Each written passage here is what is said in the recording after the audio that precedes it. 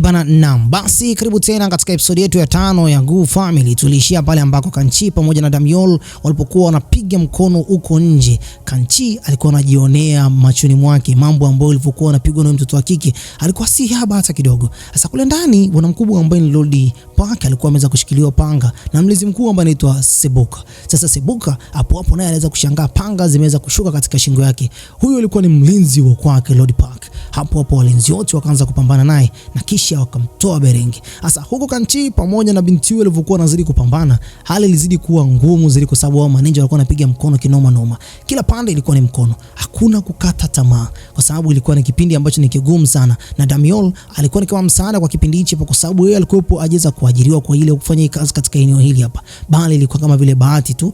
Hata hao maninja wenyewe kwa siku ya leo walikuwa na bahati mbaya sana. Hasa ilifika kipindi ambacho Kanchi alikuwa basi yuko katika kona nyingine na huyu binti alikuwa katika upande mwingine, alikuwa anashangaa tu kidogo basi hawezi kupiga upanga, lakini Kanchi hapo aliweza kufanya jambo la kishujaa, akaweza kuzuia ule upanga. Na huku Sebuka naye alikuwa ameweza kubananishwa. Kila kona hali ilikuwa si shwari. Sebuka pamoja na kina Kanchi huko katika pande zote tofauti mbili zilikuwa ni hali mbaya sana. Binti alikumbuka kipindi ambacho alikuwa mdogo, Kanchi tena aliweza tena kumuokoa, na hapa katika siku ya leo anakumbuka tena ile tukio. Hii inamaanisha kwamba Kanchi amemuokoa kwa mara ya pili wakiwa duniani. Alikuwa anang'atwa na mbwa na Kanchi aliweza kumzuia yule mbwa na kisha akaweza basi kusepa. Walifanikiwa kuweza kufanya jambo moja tu, kuweza kumtoa berenge kabisa Sebuka katika lile eneo, na Sebuka aliweza kuwatishia kwa kutumia bomu na hapo akakimbia. Baada ya muda kidogo Kanchi alikuwa ameweza kupata majeraha tofauti katika kila kona, ila binti alikuwa anamlaumu kwa kuweza kumwambia kwamba kwa nini umeweza kuruhusu uweze kuwekewa panga katika eneo lako la mkono na unazuia panga na mkono? Je, ungevunjwa mfupa? Basi Kanchi anasema kwamba hamna shida, ni kitu cha kawaida. Binti bado alikuwa na maumivu kwa sababu ameshagundua kwamba huyu ndio mtu ambaye yeye ndo destiny yake katika maisha yake, kwamba atakuja basi aolewe naye.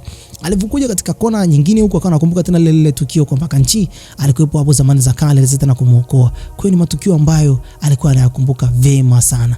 Basi muda ulizidi kusonga mbele na Gon aliweza kumkuta pale binti alipokuwa basi anajilaumu. Akamuuliza kuna shida gani? Binti anasema kwamba hamna shida. Gon akaona ile eneo basi ambalo binti alikuwa ameweza kupigwa panga. Anasema kwamba hamna shida katika ile eneo bana, ni kawaida tu. Lakini hapo akaambia kwamba yule mtu tena kwa mara nyingine tena katika siku ya leo ameweza tena kunisaidia maisha yangu. Basi taarifa zilimfikia binti ambaye ni Chungju. Hapo aliweza kupewa ule umbea na binti ambaye anaitwa Dobdona kwamba bwana mkubwa Kanchi ameweza kupigwa panga na katika siku ile wamepigana sana. Kwa hiyo binti aliogopa kinoma noma. Bana, Dobdona ni mmoja kati ya mtu ambaye ni mbea. Kumbe Kanchi huko alikuwa anazidi basi kufanywa matibabu taratibu tu. Watu wote walikuwa wanamheshimu sana. Wakamuuliza kuhusiana na mtu ambaye alikuwa anapigana naye pale, walikuwa wanazidi kusaidiana naye. Lakini bado tena Kanchi hata hamjui jina la yule mwanamke kwa sababu yule mwanamke hakumwambia jina katika episode ya 3. Sasa hapo binti ambaye anaitwa Damiol alimtuma Gon aweze kumletea dawa. Goni alivyoweza kumletea ile dawa, bado tena wakaanza tena kuzozana. So unajua tena ni watu ambao hawapendani, kila mtu anavutia kamba upande wake. Gon yeye anampenda binti yule ambaye anaitwa Damiol, lakini hajaweza kumwambia hata siku moja.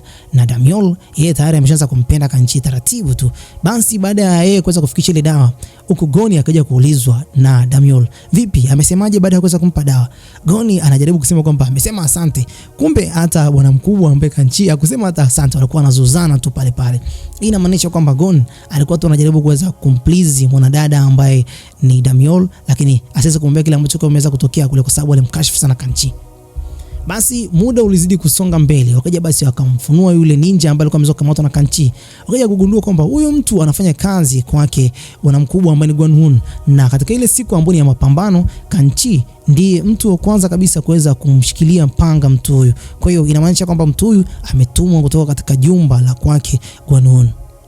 Huku mlinzi akiwa basi anazidi basi kudiskasi, akaja basi akampa taarifa kuhusiana na Sojung kuweza kufika katika lile eneo. Sojung ni mmoja kati ya mtaalamu adimu sana, unajua basi kusoma nyota, balamwezi pamoja na jua. Basi Kanchi alikuwa basi ameweza kujitenga pembezoni, na alipokuwa ameweza kukaa pale akaanza kukagua ile dawa ambayo bibi ambaye ni Damiol alikuwa basi ameweza kumtumia. Kwa hiyo Kanchi alikuwa anaitazama, akagundua kabisa ni mapenzi. Ghafla akaibuka pale Chunju alipoibuka pale akaanza kumlaumu sana, anapaswa aende kumuona daktari asize basi kupuuzia haya majeraha ambayo alikuwa ameweza kuyapata. Chunju baada ya kuweza kuona lile jeraha aliumia sana moyoni mwake. Kisha akaambia kwamba Kanchi, acha kujifanya kama vile moyo wako hauna maumivu yote kuhusiana na mimi kuolewa. Kanchi akaambia kwamba mimi hata sina maumivu, ila nakutakia wewe safari njema na nitazidi kuulinda katika maisha yangu yote. Wewe ni mtu wangu wa karibu sana. Bana, binti alimkumbatia pale pale. Kisha akakumbatiana kwa muda mrefu kidogo. Maneno mazuri yalizidi basi kumtoka huyo binti. Binti anampenda, ila familia yake ndo tayari wameshamchagulia mwanaume. Basi katika nyakati hizo kumbe Damiol alikuwa katika lile eneo pale, alikuwa basi anawaangalia. Maumivu yakaanza tena pale pale kwa sababu ameshamgundua kwamba ni mwanaume ambaye ndio ya future yake, alafu tena yuko na mwanamke mwingine. Wivu ukaanza pale pale. Siku ya kesho yake huku Taeso aliweza kufika katika eneo ambalo bwana mkubwa Gonhun alipokuwa basi anakaa. Akamfuata kule na kuweza kumpiga biti. Akamwambia kwamba lazima utaenda mahakamani kwa hichi unachotufanyia katika familia yetu. Bwana mkubwa akamwambia, nimewafanyia nini? Nini ambacho mimi nimekifanya?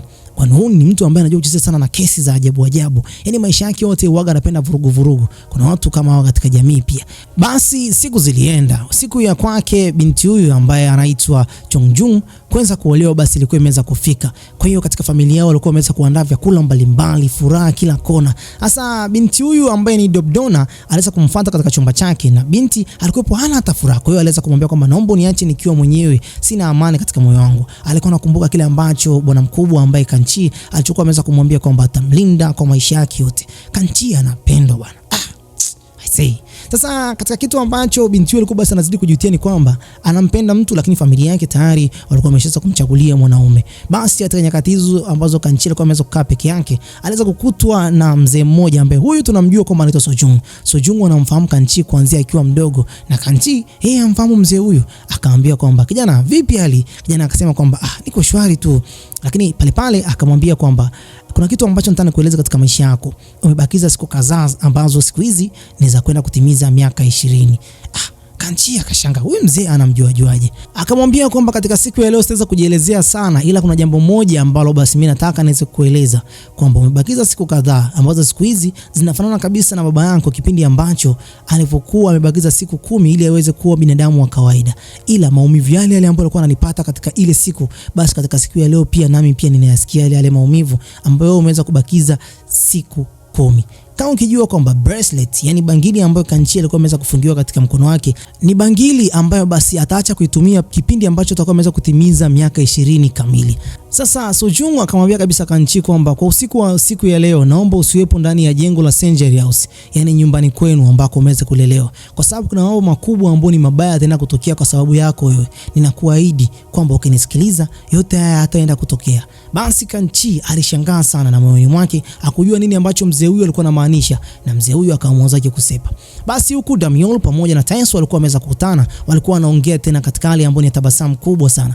Taeso pamoja na Damiol walikuwa wamesomaga pamoja hapo kwa kipindi cha nyuma. Gon alikuwa pale pembezoni, alikuwa haelewi kitu cha aina yoyote. Baba yake Damiol ndio sheriff ambaye alimfuata baba yake Taeso, ambaye katika siku ya leo alikuwa anajaribu kuweza kudiskasi siri nzito iliyokuwa inahusu wa Japani walikuwa basi wanazidi kuwavamia katika nchi yao. Walikuwa wamekuja basi kuomba angalau pesa kidogo, ambapo pesa hiyo itaweza kuwasaidia katika matumizi ya ujenzi wa meli, ambapo meli hiyo itatumika kwa ajili ya kufanya ulinzi. Sasa Kanchi alikuwa anazunguka huko na alikuwa anajaribu kuweza kumuuliza hata Yokman, je, umemwona mzee mmoja ambaye ni Monk? Sasa Yokman anamuuliza, Monk mimi sijamuona. Wewe uko wapi bana wewe muda wote? Twende kule ukajaribu kuweza kusherehekea. Kanchi alikuwa hana imani katika siku ya leo. Yale maneno bado alikuwa anazidi basi kumpa mawazo mengi sana. Basi huku katika jengo ambalo bwana mkubwa Lord Park alipokuwa anaongea nao wazee wanahusika na katika swala zima la ulinzi, sheriff pamoja na chief ambaye alikuwa anahusika na swala zima la ulinzi, waliweza kumuomba pesa angalau basi itakayoweza kutumika kwa ajili ya ujenzi wa meli hiyo. Sasa baada ya kuweza kuongea naye kwa muda mrefu, basi mzee huyu alikuwa hana baya. Huku nje aliweza kumuita Taeso, na Taeso alipoingia pale ndani, waliweza kuingia katika chumba ambacho ni cha siri. Chumba hichi kikiwa kimeweza kucontain silver, maboksi mbalimbali. Haya yote bwana mkubwa Lord Park alikuwa yuko dhahiri kabisa kwamba anatamani nchi yake iwepo katika kipindi cha amani. Akamwambia huyu chief pamoja na sheriff kwamba maboksi yote haya ya silver ni ya kwenu, yatatumika kwa ajili ya ujenzi wa meli hiyo. Mzee aliweza kushangaa sana. Yaani hakuna mtu yoyote angeweza kufanya kitendo cha namna hii. Hata wao wenyewe binafsi walikuwa wanajiuliza kwamba mzee huyu amewezaje. Kuna siri nzito ambayo Lord Park hajaweza kumwambia mtu aina yoyote. Ujio wa Kanchi kwenye maisha yake umekuwa ni baraka kubwa sana. Na ndio maana alikuwa anaamini kwamba hata huko mbeleni nitakuja basi kupata vitu vingine vingi zaidi hata ya hivi. Sasa basi baada ya kuweza kukabizana nao, zile taarifa ziliweza basi kufika kwake bwana mkubwa Gon-hun. Gon-hun baada ya kuweza kupewa zile taarifa kwamba wameweza kuonekana sheriff pamoja na chief wa ulinzi katika jumba la bwana mkubwa, basi hapo hapo akaenda katika kituo cha polisi akamwamuru huyu askari mkuu aweze kuwatoa askari wake na waende kukagua katika jengo la bwana mkubwa ambaye ni bwana Lord Park. Sasa huko katika jengo la bwana mkubwa Lord Park kulikuwa pia kuna sherehe katika siku hii ya leo. Sherehe hii ilikuwa basi ni kuweza kuwakaribisha ndugu jamaa na marafiki waliokuja basi kwa ajili ya kuweza kumuoa binti yao. Walivyokuwa basi wanaagana pale nje, bwana mkubwa wa chief wa ulinzi pamoja na bwana mkubwa ambaye ni sheriff walikuwa basi wanaagana pale nje, huku wakina Damiol pamoja na Gon wakiwepo pia pale. Hapo hapo akatambulishwa Kanchi na mzee huyu ambaye Lord Park. Baada ya kuweza kumtambulisha Kanchi, akasema kwamba ni mtoto ambaye niliweza basi kumlea tu na wala sio mtoto wangu wa damu, lakini ninaomba basi endapo kama hiyo meli itaweza kutengenezwa, naomba na Kanchi naye aweze kupata kazi katika meli hiyo. Kanchi akagoma kabisa pale pale, akasema kwamba mimi sihitaji kazi katika familia nyingine yoyote ile, mimi nitaendelea kukutumikia wewe katika maisha yangu yote. Pale pale mzee akamwambia kwamba hebu chunga maana mdomo wako, naomba uongee kwa heshima. Kanchi akasema kama sitaweza kukutunza wewe, basi mimi nitaenda kumtunza na kumtumikia Taeso au Chongju. Hao ndo watu wangu ambao mimi nimeamua kwenda kuwatumikia katika maisha yangu yote. Sihitaji kitu kingine chochote, sihitaji utajiri, sihitaji mapesa, sihitaji kitu cha aina yoyote. Wewe kwangu ndo baba. Asanteni. Akawa amemaliza. Bana, hata yule sheriff pamoja na chief wanaweza kushangaa sana namna ambavyo mzee huyu ameweza kujaliwa watu ambao wana moyo wa kipekee sana. Kanchi baada ya muda aliamua kumalizana nao pale pale. Basi wakawa wanasepa nje, sheriff pamoja na mtoto wake ambaye ni Damiol. Basi wakawa na discuss majibu ambayo Kanchi ameweza kumwambia chief, lakini pia binti akawa anasema kwamba yule mtu ni mtu mzuri sana, ni mtu ambaye ni wa kipekee wala hana baya. Mzee akasema hana baya kwa sababu gani? Umeshaweza kukaa naye na ukajua kumjua? Akasema kwamba hapana, nimekuwa nikimuona matendo yake mara kwa mara. Basi mzee akamwambia basi naomba ubaki hapa mimi niongee na Gon. Alipotoka nje akamwambia Gon, naomba muangalie kijana asiwe karibu na binti yangu hata kidogo. Gon akasema kwamba sawa kiongozi, nimekuelewa. Basi katika jengo la bwana mkubwa Lord Park, sherehe zilikuwa zinazidi kuendelea hapa na pale. Watu walikuwa wanazidi kujazana na walikuwa wanazidi basi kujumuika. Kila kona ilikuwa ni furaha. Basi wakati huo basi kimbembe kilianzia pale pale. Basi polisi hao waliweza kuingia pale ndani na wakasema kwamba wamefika pale kwa ajili ya kuweza kufanya ukaguzi wa kina, ambao ukaguzi huu ni kwa ajili ya kuja basi kumtafuta mtu aliyekuwa ameweza kufichwa katika hili eneo. Nani alikuwa ameweza kuchonga mchongote huu? Basi ni bwana mkubwa ambaye ni Gon-hun, ambaye tayari alikuwa ameweza kuwatumia askari kama toilet paper. Sasa wakawa wanazama ndani, kila mmoja wao basi akaanza kufanya utafiti wa kile ambacho alichokuwa ameweza kutumwa. Huko Kanchi katika eneo ambalo alikuwa ameweza kujificha, akaja kuletewa taarifa kwamba hali katika jengo kule si shwari, vurugu zimeanza basi kujitokeza. Huyu mzee anamwambia bana Kanchi, kule mambo yameweza kuvurugika, kuna kitu ambacho si cha kawaida, askari wamekuja pale wanataka basi kuweza kumkamata kiongozi wetu Lord Park, twende. Kanchi kipindi ambacho anataka kuondoka akasikia sauti ya bwana mkubwa Sojung. Sojung yuko mbali lakini alikuwa anaongea naye. Basi akakumbuka tena yale maneno ambayo mchana alikuwa ameweza kuambiwa na bwana mkubwa Sojung, kabla ya jua kuzama, naomba usiwepo ndani ya jengo hili. Jengo hili kuna mambo ambayo yanaweza kuja kutokea leo. Kanchi akatazama juu, kisha akaona kabisa kwamba jua ndo kabisa linakaribia kuweza kuzama. Muda ulikuwa umeweza kukaribia kabisa. Basi bwana mkubwa huko nje alikuwa anajaribu kuongea. Ile sauti inamfikia Kanchi lakini Kanchi hamsikilizi. Anaambia Kanchi, fanya haraka, jua ndo linazama hivyo. Kanchi bado alikuwa hajaweza kufanya maamuzi. Ndani ya jengo huku utafiti ulikuwa unazidi basi kufanyika. Walikuwa wanajaribu kukagua vitu vyote huko ndani ya chumba. Wakaja basi wakafika mpaka katika eneo ambalo ni la chumba cha kwake bwana mkubwa Lord Park. Walikagua sana na mwisho wa siku wakakutana basi na karatasi moja. Karatasi hii wakaweza kuisogeza mpaka katika eneo la nje. Hii tayari ni saa moja hivi na nusu. Walifikisha kule nje ile karatasi wakaweza kumpa bwana mkubwa Gon-hun. Gon-hun alivyosoma ile karatasi akakuta kwamba watu wengi wao sasa hivi wanamtania jina lake jipya ni Bijo.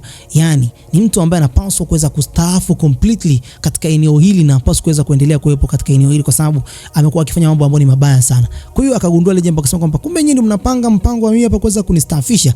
Bana, ile kesi ndio ikaanza kuwa mpya. Wakamfunga Taeso pamoja na Lord Park ambaye ni baba yake mzazi. Hapo hapo Kanchi akasema kwamba nani amesema wafungwe? Kila mmoja alianza kushangaa. pale pale kina mama pamoja na kina baba wote wakashangaa. Mpaka huyu mzee mwenyewe alikuwa anashangaa, wewe mtu ni mtu namna gani? Hakuepo, ameweza kujitokeza tu kama vile upepo. Akafika pale, akasema kwamba naomba wafunguliwe wote. Bana, kwanza akawapusha wale walinzi wote, kisha akawafungua, akamfungua mzee, akamfungua na Taiso. Hapo akaambia kwamba nahesabu mpaka 3. Naomba kila mmoja wenu awe ameweza kuondoka. Akahesabu 1, 2.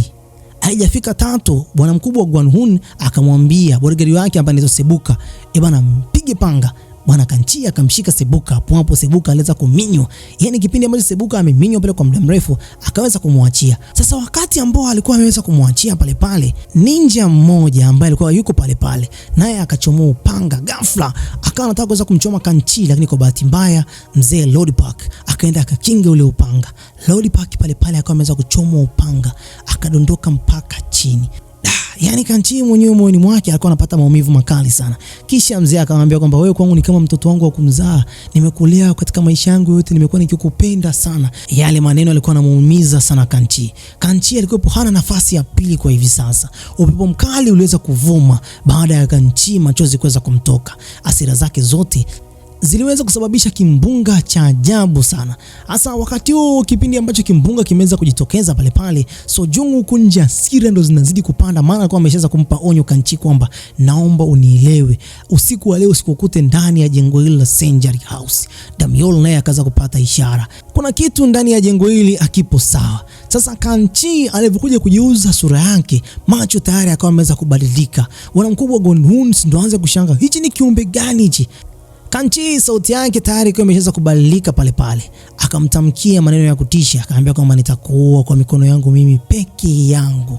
Bana, mimi nafikiri kwamba sitakuwa na la ziada katika episode hii ya 5. Tukutane tena katika episode ya 6. Dondosha comment yako hapo chini uniambie umeonaje kazi hii. Bye bye for now.